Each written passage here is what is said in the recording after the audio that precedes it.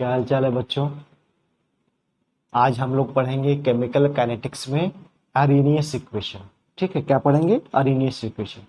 Arrhenius equation बच्चों ये बताता है कि टेम्परेचर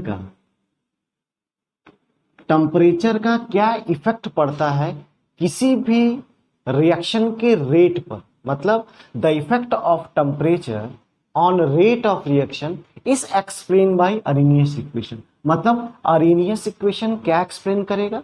अरेनियस इक्वेशन यह एक्सप्लेन करेगा कि किसी भी रिएक्शन के रेट पर टेम्परेचर कैसे इफेक्ट डालता है। ठीक है, इसको एक्सप्लेन करता है अरेनियस इक्वेशन। आइए इसको थोड़ा समझा जाए। अगर हम अरेनियस इक्वेशन की बात करें तो अरेनियस इक्वेशन बोलता है K equal to A E to the power minus E A upon R T. ये है आपका अरेनियस इक्वेशन। इस अरेनियस इक्वेशन में K क्या है? Rate constant. ए क्या है? Arrhenius constant. अरेनियस कांस्टेंट या इसी को बोलते हैं pre exponential factor. Pre exponential factor. E क्या है?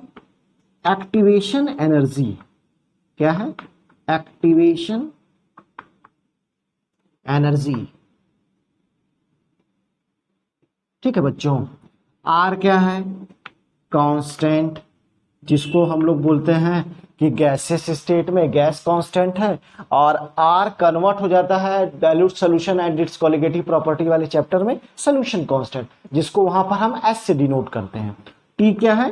टेम्परेचर। टेम्परेचर क्या? Absolute temperature. Absolute temperature. ठीक है, ये अरेनियस इक्वेशन है। अब देखिए, आइए हम लोग समझते हैं कैसे किसी भी रिएक्शन पे रेट का क्या इफेक्ट पड़ता है, किसी भी केमिकल रिएक्शन के रेट पर। आइए। अच्छा बच्चों, ये बताओ, अगर इस इक्वेशन को देखें तो अगर मैं बोलूं कि on increasing the rate of reaction, on increasing the temperature, अगर टेम्परेचर को बढ़ाया जाए तो रेट कांस्टेंट की वैल्यू बढ़ेगी। हम बोले on increasing the temperature the rate constant value is increases according to Arrhenius equation. दिख रहा है, टेम्परेचर बढ़ा रहे हैं तो रेट कांस्टेंट बढ़ेगा। अगर रेट कांस्टेंट बढ़ेगा तो रेट बढ़ेगा। बोलो बच्चों, तो हम बोलेंगे on increasing the temperature, on increasing the temperature, on increasing the temperature rate constant value is increases according to Arrhenius equation. According to Arrhenius equation, इसको ब्रैकेट कर ली। अकॉर्डिंग टू अरेनियस इक्वेशन, हम टेम्परेचर बढ़ाएंगे तो rate constant बढ़ेगा, और जब rate constant values increases then rate of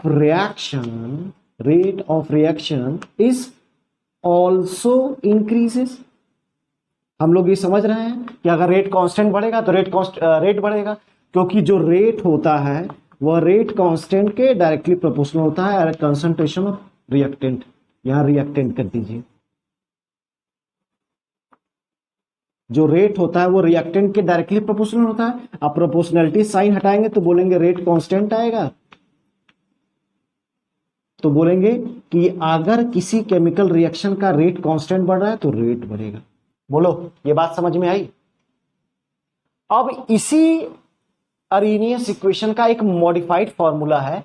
अगर एक रेट कांस्टेंट की वैल्यू दिया हो तो आप बोलेंगे कि K equal to A to the power minus E A by R T.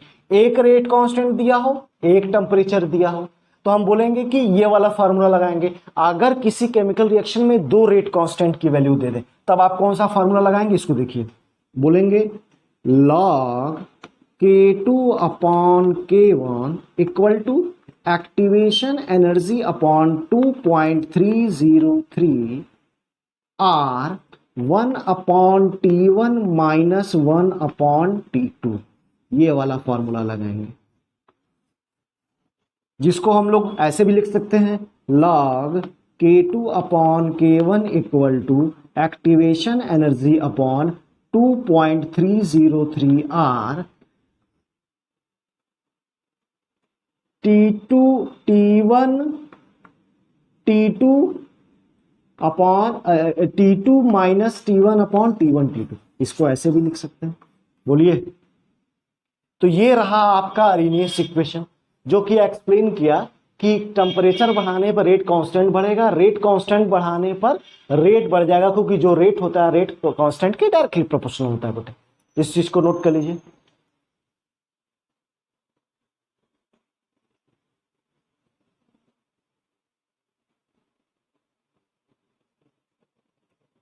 अब आइए थोड़ा सा हम लोग बात कर लिया जाए एक्टिवेशन एनर्जी के बारे में। अगर अरेनियस इक्वेशन को देखा जाए और अरेनियस इक्वेशन को देखते हुए हम लोग एक्टिवेशन एनर्जी को थोड़ा सा बात कर लिया जाए।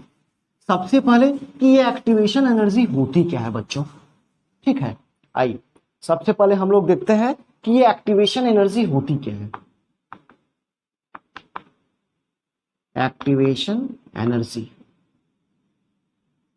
एक्टिवेशन एनर्जी क्या होती है? एक्टिवेशन एनर्जी वह मिनिमम एनर्जी है जो किसी रिएक्शन को फिजिबल करे।